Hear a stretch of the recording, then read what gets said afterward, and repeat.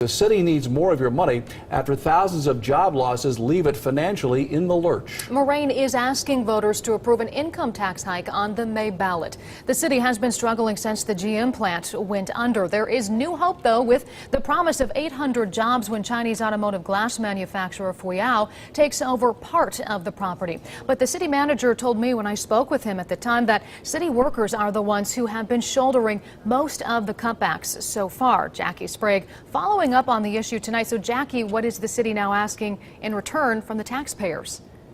Well, Katie, even though Fuyao is going to bring hundreds of jobs here to Moraine over the next few years, city leaders say it's still not going to be enough to fill that hole left by General Motors, so they're asking taxpayers for help. The city of Moraine has already made millions of dollars in cuts and can't wait any longer for help. Overall, we lost a substantial amount of money. Initially, it was about 50% of our income tax revenue left as GM and the other operations ceased. In 2000, the top 10 employers generated about $9 million in income taxes. In 2013, that number had dropped to a little over $2.9 million. We had built up a large cash reserve so we could sustain operations during the transitional period.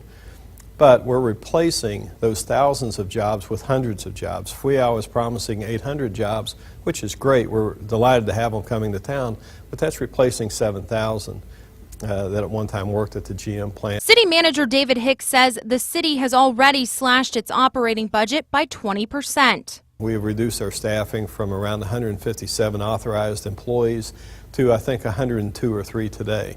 We've also cut part-time staff from over 200 to about 48 right now.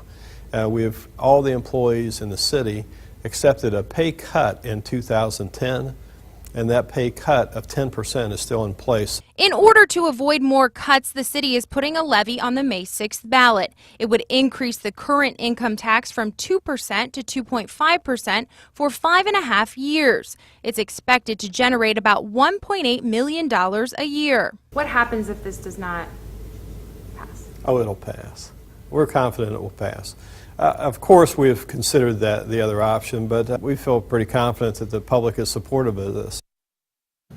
And the city reports that more than 90% of those income tax dollars come from people who work in Moraine but don't live here. Reporting live in Moraine, Jackie Sprague, 2 News, working for you.